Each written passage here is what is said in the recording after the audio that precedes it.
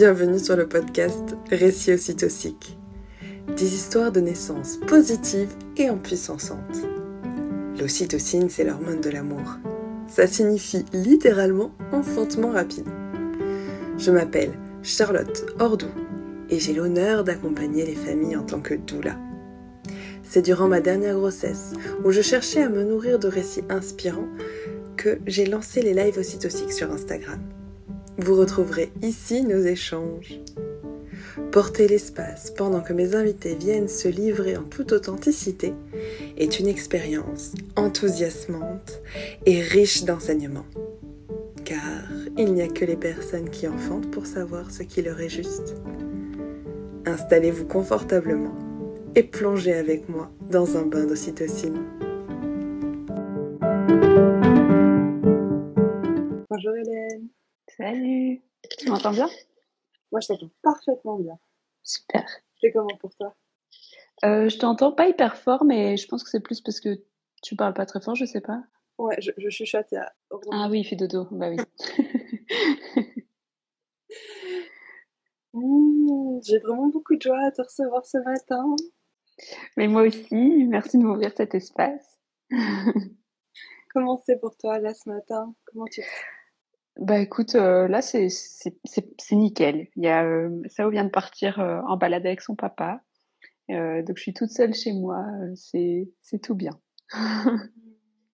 Ce que j'aime beaucoup faire, c'est laisser l'espace aux invités de se présenter comme ça leur est juste. Donc est-ce que tu serais d'accord de nous dire qui tu es et ce que tu aimes dans la vie? Ok. Donc moi c'est Hélène, j'ai 33 ans et je suis la maman de deux petites louloutes, Lou qui a 3 ans et Sao qui vient d'avoir 5 mois. Et donc je vis en Belgique, je suis d'origine du nord de la France, je suis venue ici pour mes études d'orthophonie, de logopédie on dit en Belgique. Et puis finalement, je n'exerce pas comme logopède. Pour l'instant je suis plutôt mère au foyer, ouais, c'est plutôt ce qui me définit. Et je suis en cours de formation pour devenir doula. Donc, voilà. Il faut absolument que je rebondisse sur quelque chose. On a beaucoup ri toutes les deux parce que au final, nos bébés sont nés à quelques minutes d'écart. Ouais. Je ne savais pas que ton aîné aussi s'appelait Lou. Oui. J'adore. Oui, si moi je l'avais su, il me semblait qu'on en avait parlé il y a un bout de temps. Mais en tout cas, ces deux coïncidences m'avaient beaucoup marqué aussi. Non, merci beaucoup pour cette présentation. Est-ce que tu serais d'accord de commencer à nous partager voilà, cette naissance-là, c'est donc un accouchement accompagné à domicile. Mhm. Je veux savoir, en fait, quel a été ton cheminement pour en arriver à cette idée? Ok. Alors, pour moi, ça a été une évidence. Je me suis même pas vraiment plus posé la question que ça parce que pour ma première, j'avais la chance de connaître l'existence des maisons de naissance parce qu'il y en avait une pas très loin de là où j'habitais. Et donc, ma première est née en maison de naissance et j'ai adoré ce suivi global avec sage-femme, voilà, qu'on rencontrait tous les mois et, euh, et de pouvoir donner naissance dans un lieu qui était alternatif à l'hôpital. Pour moi, c'était vraiment une expérience très agréable et que j'ai adorée. Et je me suis dit, c'est trop cool, mais maintenant que je me sens en confiance dans le fait de pouvoir enfanter sans trop de présence médicale, ben autant faire ça chez moi en fait. Autant ne pas sortir de mon cocon parce que la première fois j'avais quand même dû voilà prendre la route et puis il y avait cette coupure entre le début quand ça se met en place et puis le fait de rejoindre la sage-femme à la maison de naissance et puis après le fait de rentrer chez soi, ben voilà, ça fait 2 fois des coupures et moi j'avais cette envie de pouvoir rester dans mon cocon du début à la fin en fait. Et donc c'était comme une évidence pour moi et j'ai cette chance dans ma région d'avoir des sages-femmes qui pratiquent l'accouchement à domicile. Et donc, euh, et donc pour moi c'était une évidence et je savais directement qui je pouvais contacter pour faire cela. Je pense que j'avais un petit peu entendu parler à l'époque déjà de ces femmes qui faisaient ce truc fou de, de donner naissance sans aucune présence médicale. Mais dans mon cheminement, j'étais pas encore à ce stade. Donc voilà, c'est comme ça que je suis venue à cette idée d'accoucher chez moi avec la présence d'une sage-femme. Et est-ce que pour ton partenaire de vie, ça a été aussi une évidence?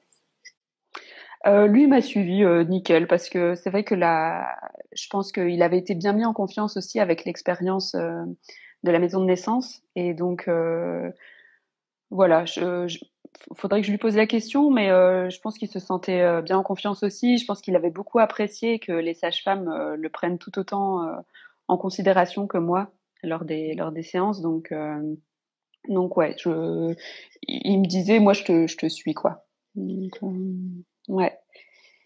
Et puis on avait une amie aussi qui avait eu cette expérience-là pas très longtemps avant.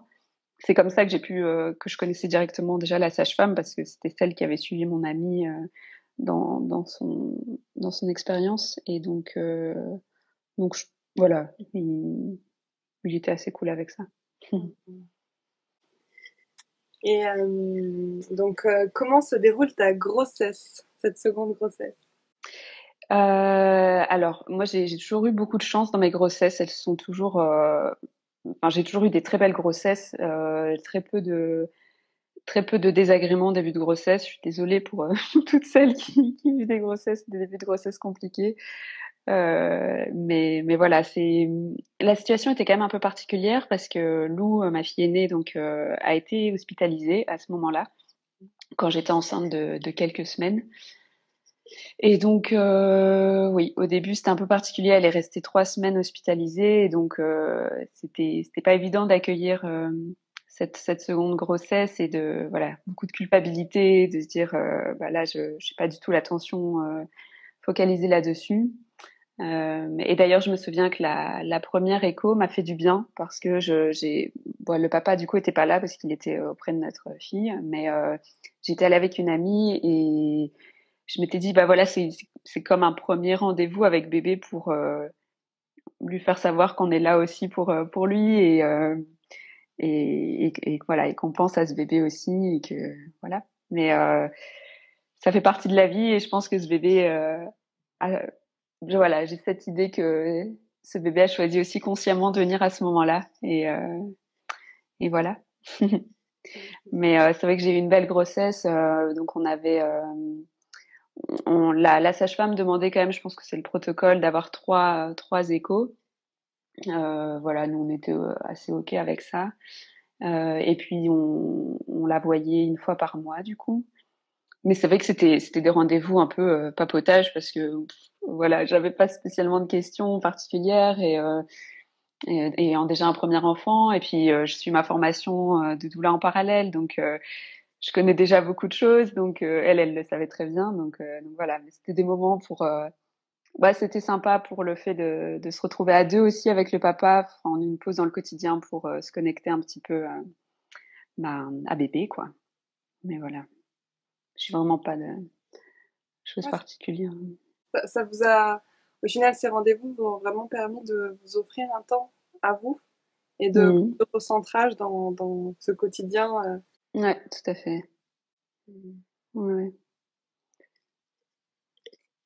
Et par pure curiosité doulaesque, tu as fait quoi comme formation? Alors, je suis la formation de Doula des Lunes avec Mhm. Elodie Cussig et deux autres formatrices, mais voilà, c'est elle qui l'a mise au point.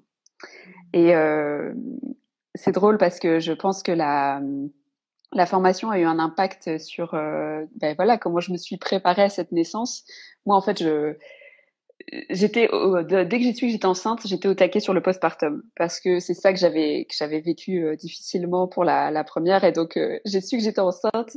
Mon premier contact ça a été la sage-femme pour être sûre d'avoir une sage-femme euh, à domicile et puis le deuxième c'était il faut que je contacte une doula pour avoir un super plan postpartum. C'était vraiment donc ça me fait rire parce que j'ai contacté un duo de doula. Je crois que dans mon mail, je suis enceinte de 8 semaines, un truc comme ça. Mais je vous contacte pour du postpartum. Enfin, voilà, ça m'avait fait rire moi-même, mais je digresse.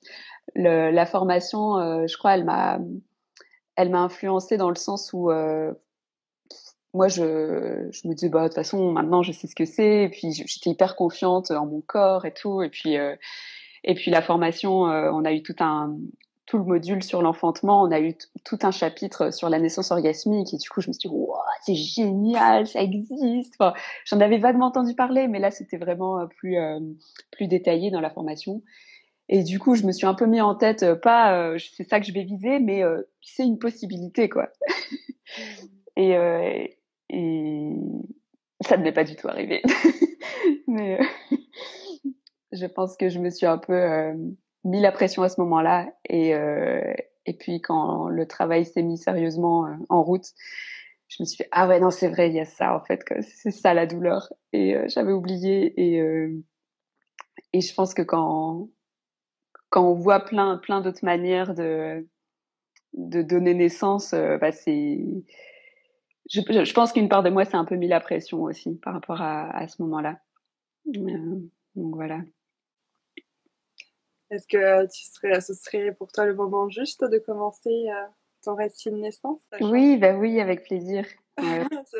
pour moi, le Oula. récit de naissance, il commence quand ça t'est juste, ça peut être 3 jours ou 2 semaines, ou 4 semaines avant le jour Ouais. où le bébé arrive. Donc, je te laisse commencer là où ça vient comme juste. Ouais, ok, super. Bah, j'ai envie de commencer le récit en expliquant qu'il y a un truc qui me tenait à cœur, moi, pendant la grossesse, c'était de me retrouver en reliance avec d'autres femmes.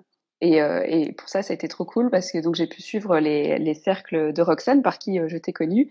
Elle a proposé des cercles de femmes enceintes et donc c'était vraiment top. Et donc j'avais ce petit groupe de femmes. On avait un groupe WhatsApp et donc c'était génial parce que dès qu'il y en avait une qui rentrait en travail, en général elle envoyait un petit message aux autres, voilà, pour dire que ça démarrait. Et donc on se sentait vraiment toutes reliées. Et donc j'avais ce petit groupe WhatsApp qui me portait beaucoup. Et puis j'avais aussi évidemment les autres, les louves comme on s'appelle entre nous de la formation Doula des Lunes. Et puis j'avais aussi un groupe de femmes qui étaient venues pour ma Blessing Way. Donc ça c'était trop chouette d'avoir un peu toutes ces femmes, voilà, plus de manière virtuelle, mais je savais qu'elles étaient présentes pour moi le jour où j'aurais envie de leur dire voilà, ça y est, ça a démarré. Et j'ai ce souvenir justement que une semaine, c'est marrant parce que c'était pile une semaine avant la naissance, j'ai senti que je commençais à être dans un peu l'embarcation, quoi. J'avais des petits signes comme ça. Et j'ai pris un bain et j'ai envoyé un message à ce moment-là aux filles du groupe de Roxane. Et mais voilà, c'était sans plus. Et puis ça m'a fait sourire quand j'ai réalisé que c'était pile une semaine après que ça a démarré. Donc donc le jeudi matin, le jeudi 19 mai, je me suis réveillée avec des petites sensations dans le bas-ventre et que j'avais encore jamais eu avant. Et donc je me suis dit tiens, bon, on va voir. On s'est levé, toute la famille s'est levée tranquillement. Et donc là, ce jour-là, donc Adrien, mon conjoint, a déposé Lou au centre où elle allait. C'était pas encore l'école, mais elle allait dans un centre spécialisé. Et donc je lui ai juste dit comme ça, je fais bon, j'ai des petites sensations, mais bon voilà, on verra. Lui, il est parti en mode euphorique, genre oh ça y est, c'est le grand jour. Et puis moi, je suis toujours non non, mais attends, on sait pas. Enfin, et je me souviens qu'il était 9 heures quand alors je ne sais pas pourquoi j'ai fait ça, parce que jamais j'avais eu cette idée-là pendant la grossesse, mais j'ai fait cette bêtise de prendre une application pour timer les contractions. Et j'ai commencé à sentir que ouais, j'avais quand même des contractions non douloureuses, mais enfin voilà, avec une petite sensation quand même, qui revenait de temps en temps. Et puis alors j'avais cette obsession depuis quelques jours de passer chez le coiffeur. Je m'étais dit avant la naissance, je veux passer chez le coiffeur pour me sentir plus légère. Et je l'avais toujours pas fait. Et donc là, j'étais à 39 semaines et je l'avais toujours pas fait. Donc du coup, ça a été mon obsession du matin, les obsessions mais complètement débiles que je peux avoir en fin de grossesse. Enfin, et donc là, je m'étais dit ouais, non, mais j'ai des contractions, mais du coup, je vais y aller ce matin parce qu'il faut absolument que j'ai mes cheveux coupés avant la naissance. Et donc, j'ai envoyé un message à des copines pour leur dire, j'ai l'impression que c'est le début, mais je vais quand même aller chez le coiffeur. Je pensais que c'est une bonne idée. Et donc, je me suis mise en route et c'était un quart d'heure à pied de chez moi, mais j'avais ces contractions qui étaient toujours là. Et là, j'arrive là-bas et puis les coiffeuses me disent ah ben on peut vous prendre, mais que dans trois quarts d'heure parce que c'était sans rendez-vous en fait le coiffeur. Donc moi, je me dis trois quarts d'heure, ouais, ok, ça va le faire. Et donc je pars me poser dans un café pas très loin. Et là, je vois une maman avec son tout jeune bébé, elle s'apprêtait à l'allaiter et je me suis vraiment dit waouh, dans tout bientôt, ce sera moi quoi. Et c'était un petit clin d'œil assez que j'ai trouvé assez mignon. Et là, j'ai continué à timer mes contractions et là, elles revenaient tous les quarts d'heure quand même. Et je me suis dit c'est pas grave, bois ton café tranquillement, tout va bien. Et puis donc, je suis après allée à ce rendez-vous coiffeur où, bien évidemment, à ce moment-là, les contractions ont commencé à un peu s'espacer. Je me souviens qu'il y a une des deux coiffeuses qui m'a dit oh là, c'est pour bientôt, non? J'ai pas osé lui dire que j'avais déjà des contractions, mais euh, mais voilà. Et puis donc je suis ensuite rentrée chez moi et donc les contractions c'était quand même bien espacé. Enfin, ça me paraît logique. J'avais tellement peur que ça s'accélère dans un lieu public que forcément ça s'est espacé. Mon conjoint, donc Adrien et Lou, sont rentrés vers midi, 1 heure, quelque chose comme ça. Et donc là, je lui ai dit non, non, mais ça s'est calmé, donc t'inquiète, c'est probablement pas pour aujourd'hui, parce que lui, il était tout excité. Et moi, à chaque fois, j'ai toujours peur que ce soit trop tôt. Et là, ça a été vraiment tout le truc tout du long. J'avais l'impression enfin, j'ai tellement peur de m'emballer pour rien que du coup, je m'emballe pas assez, quoi. J'ai du mal à réaliser que je suis au travail quand je le suis. Et donc, l'après-midi a été un peu flou. Je me souviens vraiment plus bien de l'après-midi. Mais je sais qu'en fin, Lou avait pas fait sa sieste, donc elle était fort demandeuse. Et moi, j'ai commencé à sentir que ça revenait quand même. Et je me souviens me pencher un peu sur mon ballon et commencer à vocaliser. Et donc là, j'ai commencé à un peu vocaliser et Lou m'a demandé tu fais quoi, maman? Et alors moi, je n'osais pas lui répondre ce qui se passait parce que j'avais peur de lui, je sais pas pourquoi, mais j'avais peur de lui dire que j'étais en travail au cas où je le serais pas. Et donc j'essayais un peu de cacher, enfin de pas trop m'exprimer et de continuer juste le flow de la journée, quoi. Sauf que ça a commencé quand même à être vraiment plus sérieux. Et alors là, j'ai envoyé un message à ma sage-femme pour lui dire oui, je commence à avoir action, mais c'est un peu anarchique.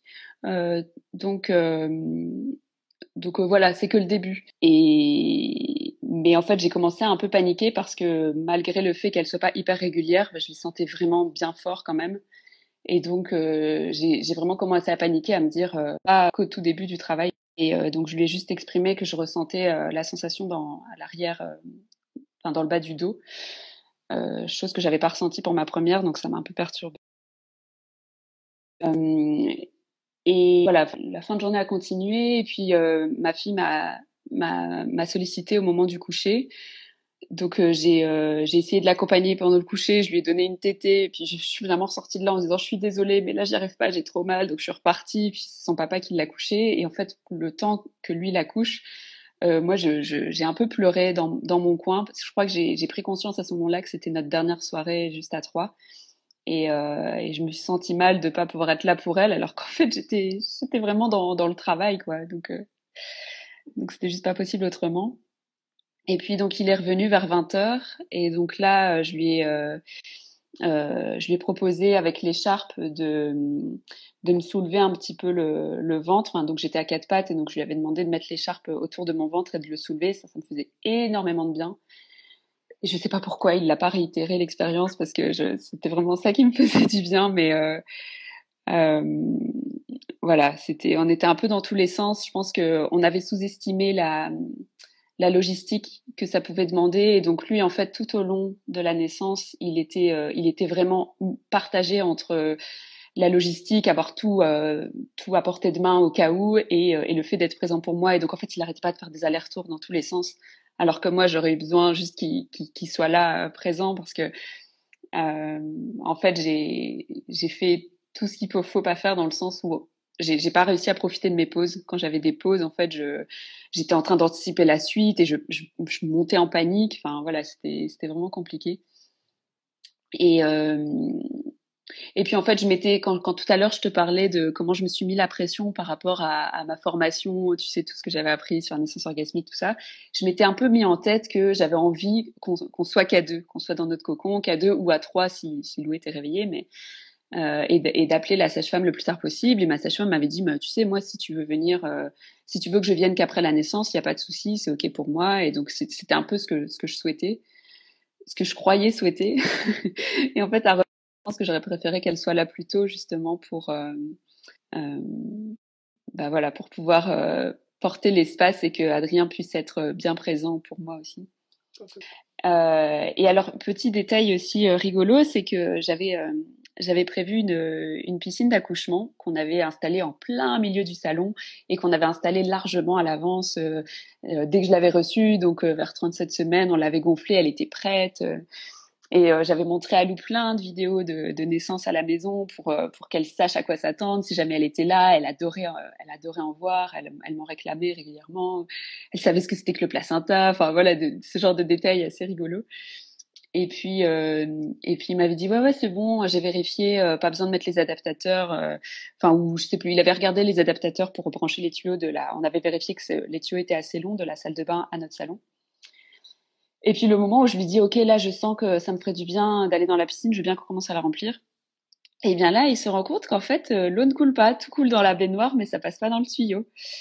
Et donc là je sens qu'il revient pas dans le salon et puis qu'il commence à s'énerver tout seul. Alors je lui demande ce qui se passe, il me dit bah en fait ça va pas, ça coule pas et donc bah tant pis. Enfin je veux dire c'est comme ça quoi. Mais donc il y a eu ce moment de où il m'a posé la question de est-ce que j'essaye de remplir la piscine avec des seaux et moi, là, je me suis retrouvée avec... on me pose cette question et là, dans ma tête, c'était trop dur, quoi. Parce il y avait mon néocortex qui luttait pour essayer de réfléchir alors que tout mon corps me disait, mais laisse-toi aller. Et donc, du coup, il y a eu peut-être 5-10 minutes où on voit sur la caméra, parce qu'on a aimé, où il essaye de remplir la bassine avec des seaux, mais le truc, n'importe quoi.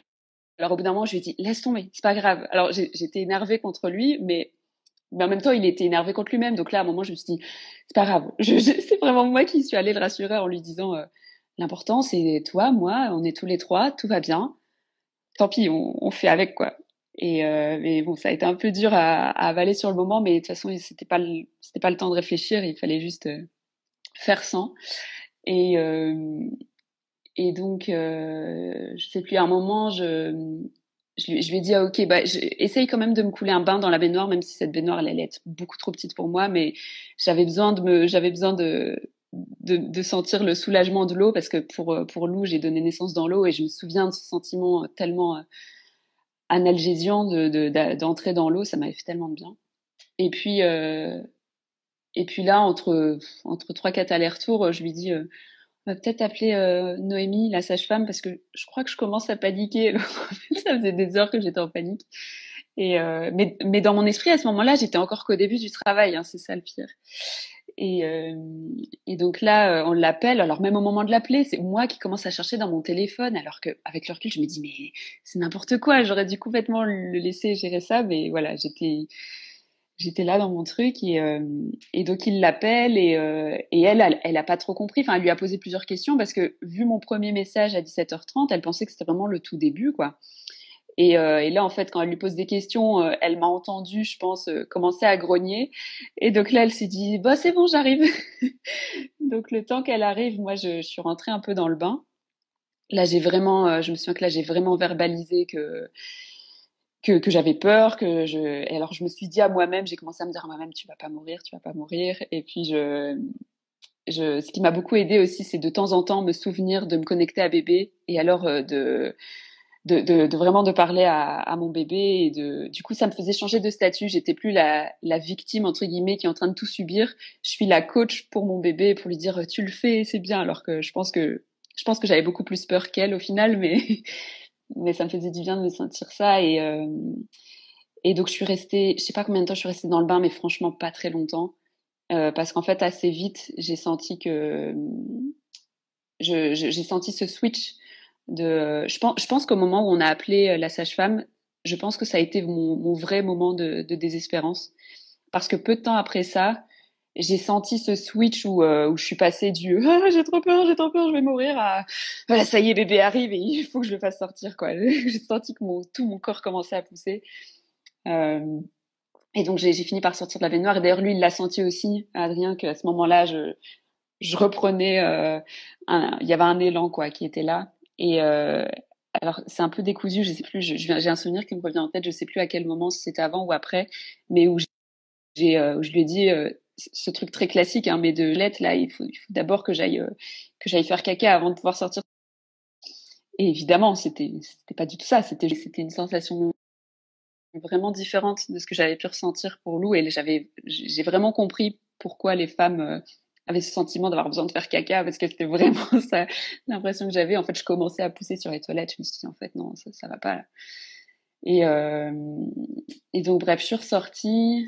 En fait, j'ai vraiment ce souvenir de beaucoup marcher et beaucoup me dandiner pendant la naissance.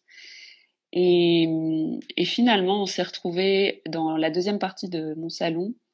Et c'est rigolo parce que quand on a emménagé dans cet appartement, j'étais enceinte de très peu. Et j'avais vu ce salon et je m'étais complètement projetée. Je m'étais dit, oh, mais ouais, c'est là que je vais donner naissance, ce sera trop bien, ce sera trop beau.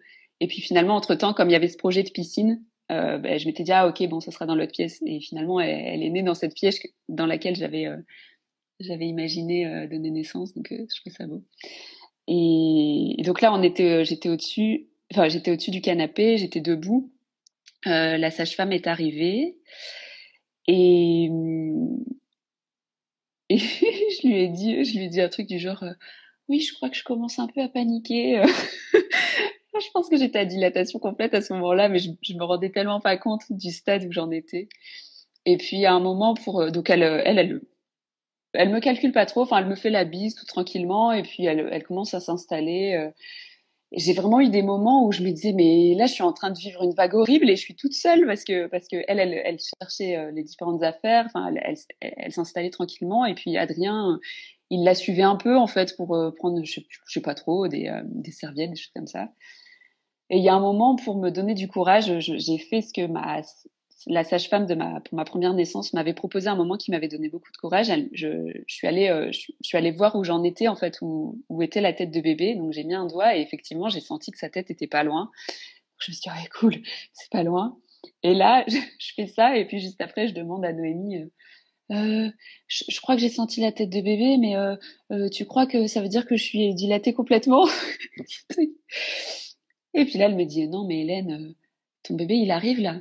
Et je me suis fait, ok, ok. Et puis alors, les contractions suivantes, j'étais complètement debout sur Adrien et je sentais que ça poussait et donc je sentais que je commençais à m'accroupir petit à petit.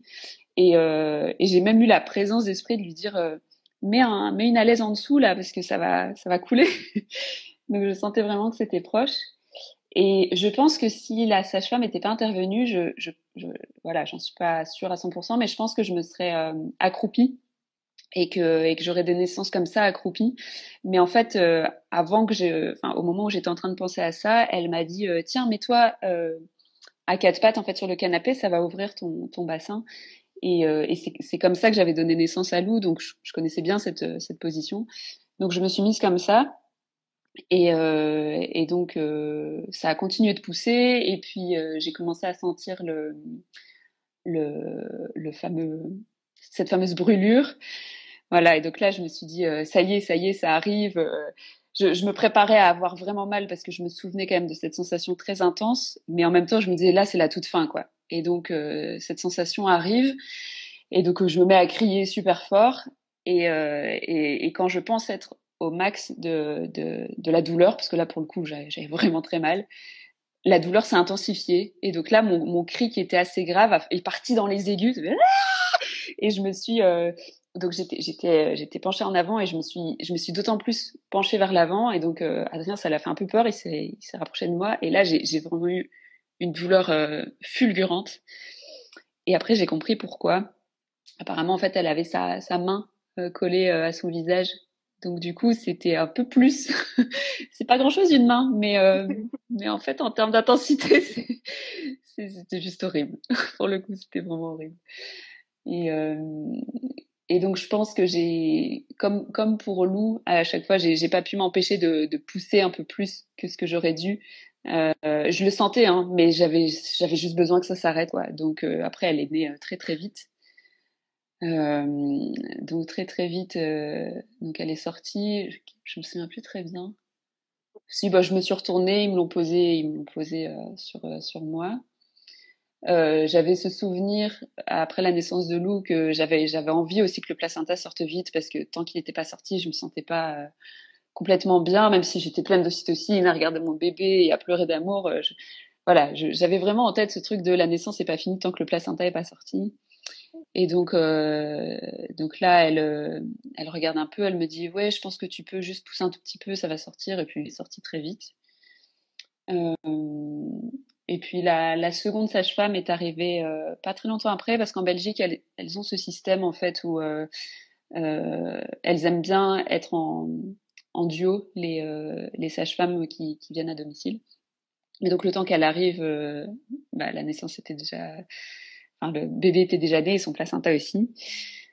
Et donc on s'est installé et puis elle savait que j'avais cette envie de faire un placenta lotus, donc elle a rien touché. Ils ont juste vérifié que tout était ok avec le placenta. On l'a mis dans un saladier. Et puis ce qui a été rigolo, c'est que Lou s'est réveillée 20 minutes après la naissance.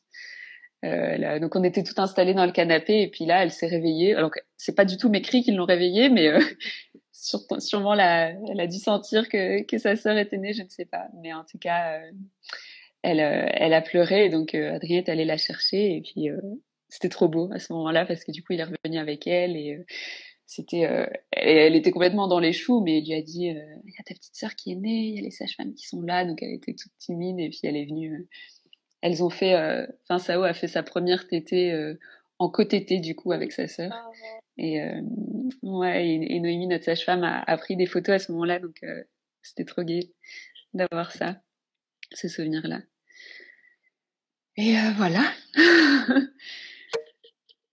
C'est une sacrée naissance et cette heure d'or, voilà, cette heure, Ouais, ensemble,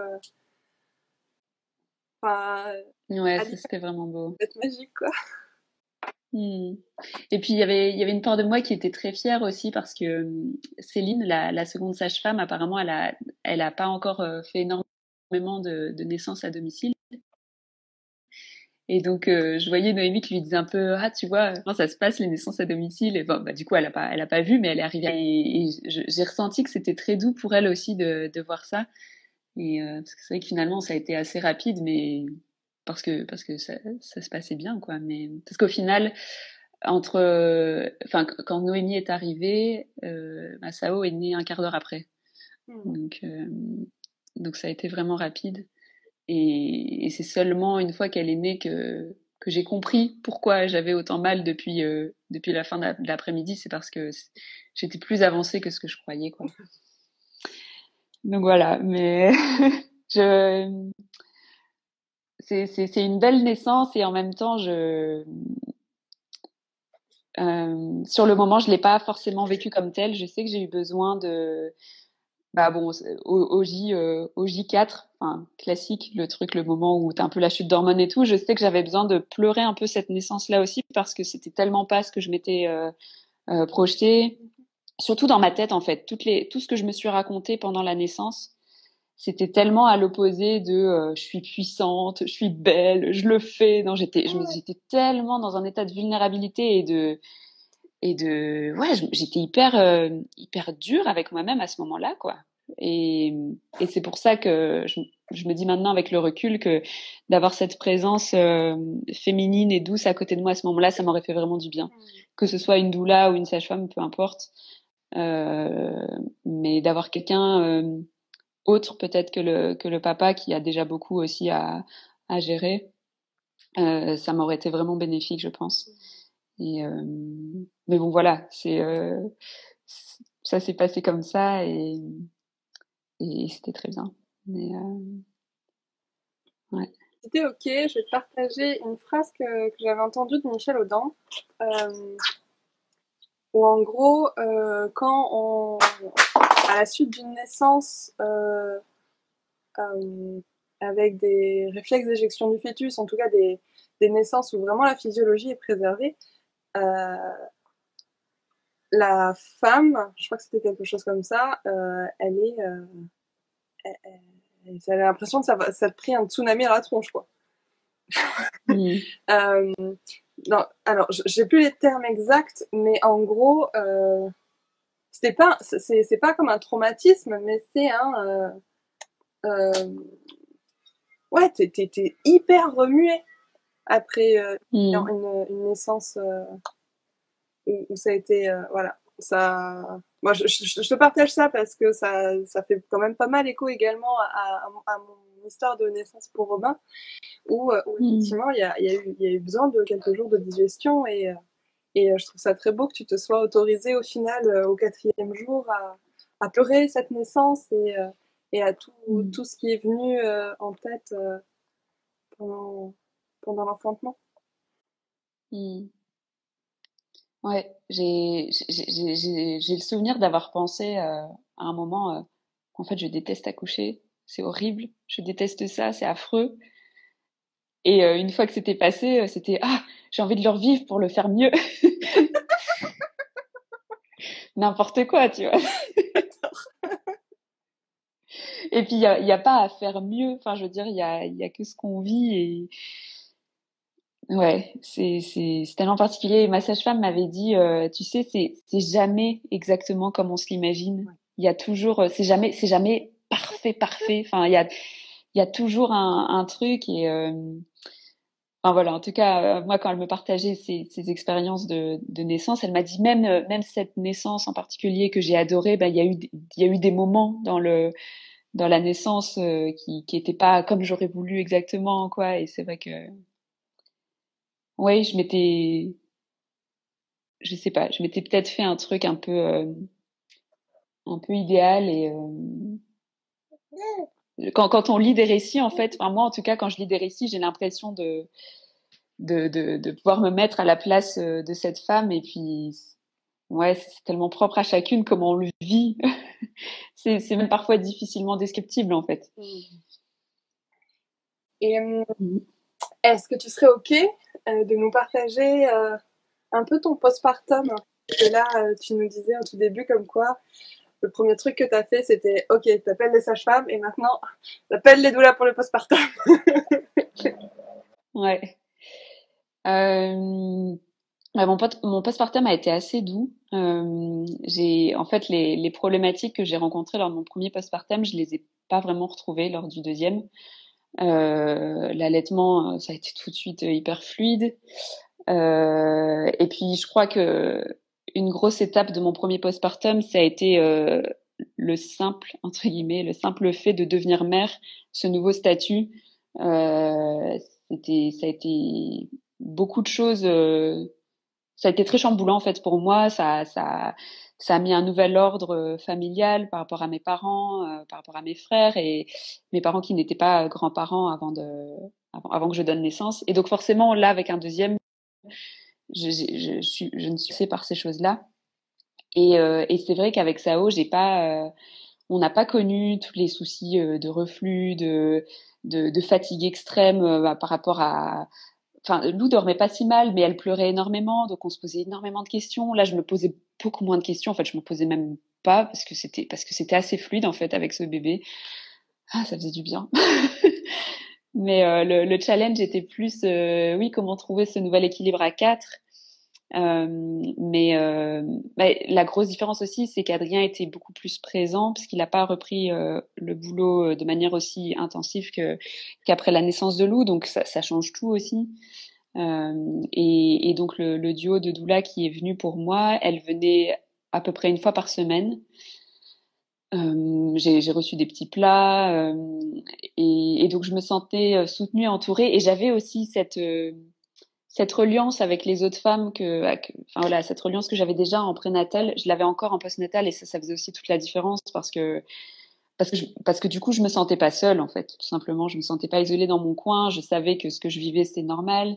Toute cette, ces premiers jours là où il nous faut ce temps pour revenir sur terre, c'est, bah là, à ce moment-là, j'avais ma doula qui mettait des mots sur ce que j'étais en train de vivre et donc ça m'aidait beaucoup aussi. De me dire, en fait, là, t'es encore dans ton vortex, t'es pas encore atterri et elle m'expliquait que d'autant plus quand on donne naissance chez soi, c'est encore plus difficile de se rattacher à la vie à l'extérieur parce qu'on reste baigné là-dedans, quoi. Il n'y a pas cette coupure de je sors de l'hôpital pour rentrer chez moi et donc je suis en contact avec le reste du monde. On est vraiment dans notre truc et donc ça peut être déstabilisant voilà, de pas se sentir encore prête à être au milieu de tout le monde. Mais j'ai senti aussi les bienfaits de pas recevoir les visites tout de suite, de la famille en tout cas, enfin, parce que forcément ma sage-femme est repassée les jours d'après, mais ça m'allait parce elle avait fait partie du voyage. Et pareil, la première visite de la doula, c'était au J4, donc c'était parfait aussi. C'était le jour où justement c'était un peu plus difficile. Et la famille est venue un peu plus tard. Et ça a fait toute la différence aussi, parce que moi, je me sentais déjà un peu mieux, je me sentais un peu plus reposée. Et puis j'avais besoin de ces moments seuls avec bébé, d'être dans la lenteur, d'être quand on dit que la femme a les mêmes besoins que le bébé, mais je l'ai totalement ressenti, quoi. Et c'était génial parce qu'Adrien directement me proposait de sortir avec Lou parce que Lou elle était voilà une enfant de 3 ans qui a besoin de bouger, qui est dans tous les sens et j'étais tellement aux antipodes de ça juste après la naissance, j'avais besoin de dormir, de plus dans la contemplation de mon bébé et il m'a offert ça en fait. Il m'a dit je vais sortir avec elle et heureusement c'était le printemps bientôt l'été et donc il pouvait se faire de bonnes balades et et moi, je profitais juste d'être là auprès de mon bébé, de juste se reposer et prendre le temps. Ouais, ça fait vraiment du bien. Ouais, ça change au final tout. Voilà, là, la phrase qui me vient, c'est un postpartum plein, doux, lumineux, chaleureux. Ça change au final tout le paradigme du reste de la vie parce que on part. C'est comme si on repart sur de nouvelles bases. Ça te parle quand je te dis Ouais, ça? ouais, ouais, complètement. Et ça n'a pas été forcément hyper fluide tout le temps de faire ça. Il y avait des moments où je me disais mais c'est trop déséquilibré, on est vraiment scindés en deux, je suis moi avec bébé et toi avec l'aîné les doulas me disaient oui c'est normal pour l'instant que ce soit comme ça et c'était pas facile forcément pour moi de rester là-dedans mais c'est clair que ça m'a fait un bien fou et encore hier quand j'ai vu ta story où tu faisais ton petit rituel quand ton bébé fête un mois de plus, c'est rigolo parce que j'ai aussi un rituel de mon côté par rapport à ça et tu as écrit ces mots un rappel que je suis que dans le 5e mois, enfin que ça fait que 5 mois qu'il est né et ça m'a fait tellement de bien parce que je me suis dit mais oui en fait 5 mois c'est pas grand-chose. Moi tu vois j'ai l'impression que ça y est c'est derrière moi et ça me fait du bien de me rappeler ça. C'est clair que prendre le temps de ralentir, je pense que c'est une philosophie de vie qu'on devrait adopter même en dehors du postpartum, encore plus pendant le postpartum évidemment, mais oui c'est tellement nécessaire et sain. Mm. Ça me touche. Merci pour ton partage parce que ça. En fait, je l'ai intégré hier quand j'ai fait le rituel. Je fais ah oui non mais je suis qu'à 5 mois. Mm. Donc merci. Ouais. Ça me touche en fait que c'est pu être résonnant pour toi et soutenant. Ouais. Comment tu te sens là après être déposée et partager tout ça? Ouais, je sens que j'ai un peu tout déballé. C'était vraiment c'est marrant parce que je crois que la naissance de Lou, comme il y a eu cette étape, on est passé à la maison de naissance, on est revenu, j'ai l'impression que c'était beaucoup plus structuré et que ici je sais pas, c'était particulier cette naissance. Ouais, je m'en rendais pas compte à quel point ça pouvait changer la dynamique. C'était notre quotidien. On a mis Lou au coucher et puis on a fait notre truc et puis Sao est là, bon bah Lou se réveille, normal. Et depuis d'ailleurs, elles sont souvent en synchronicité comme ça. Quand il y en a une qui s'endort, l'autre vient de se réveiller ou voilà. Et puis elle réveille l'autre du coup. Enfin, c'est comme si c'était oui cet événement banal, mais en même temps, comme tu disais, un tsunami. Donc c'est enfin ouais, c'est je suis contente de revenir dessus. J'ai pas eu beaucoup l'occasion de le faire, mais ouais, c'est je serais contente et fière de leur raconter plus tard leur naissance. Bah, à Lou, je l'ai déjà fait plein de fois parce qu'elle me le réclame régulièrement, mais c'est clair que je suis hyper fière et heureuse de pouvoir leur raconter leur naissance. Je pense que c'est quelque chose qui est important dans une vie de savoir comment on est venu au monde. Et c'est pour ça aussi que j'adore les récits de naissance parce que au fur et à mesure, forcément, on oublie les détails et de pouvoir mettre les choses sur papier pour nos enfants, je pense que ça peut être vraiment bien. Mm. Sur papier. Donc, Et je crois qu'il y avait une personne, je crois que c'est pendant un live ocytocine aussi, ocytocique, je vais dire c'est bon, va peut-être falloir que je change de nom. Elle m'avait partagé le fait qu'elle allait passer avec une podcasteuse qui relate en fait les récits et qui sous forme comme si c'était une lettre adressée à ses enfants. Donc c'est en fait un audio qu'elle va pouvoir conserver et transmettre à ses enfants, raconter son récit. Ouais, j'adore.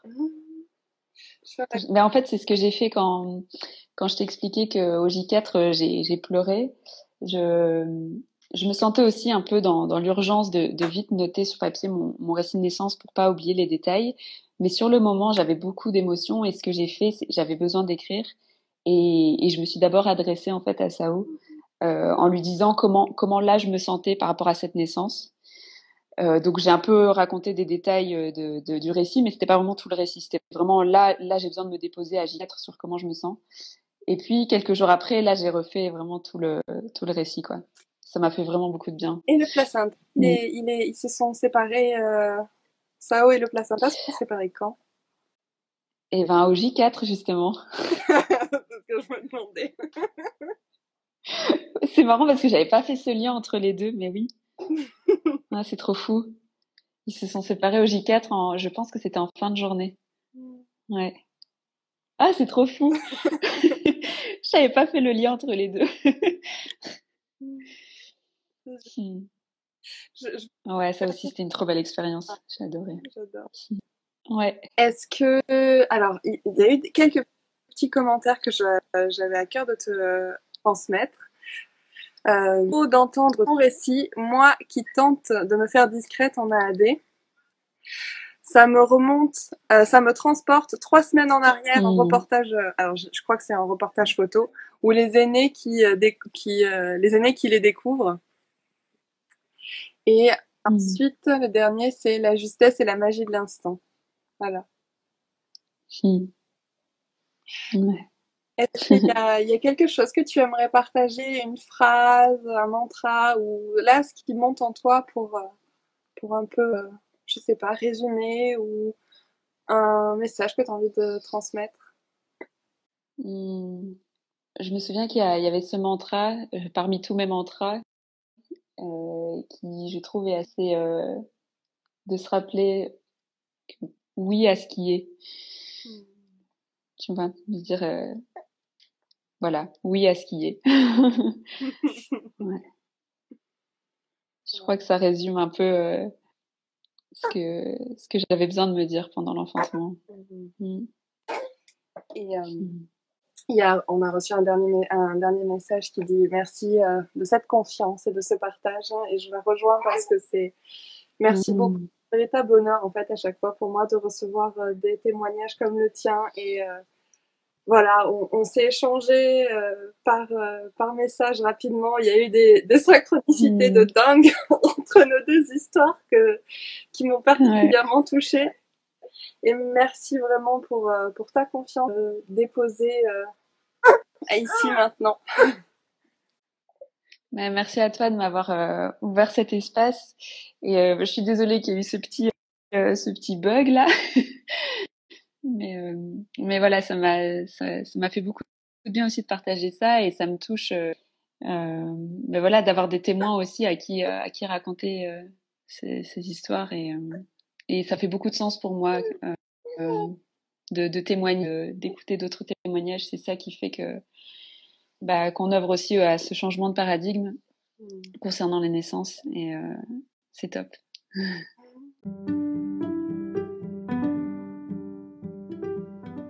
Alors, comment vous sentez-vous après cet épisode ? J'ai très envie de connaître vos ressentis, donc n'hésitez pas à les écrire en commentaire. Vous pouvez également laisser une note. Cela contribue à donner plus de visibilité à ces aventures empuissantes. Si cela résonne juste pour vous, partagez cette histoire, qu'elle puisse soutenir d'autres familles en cheminement. Je vous remercie, vous envoie plein de chaud doudou et vous dis à la semaine prochaine pour un nouveau récit ocytocique.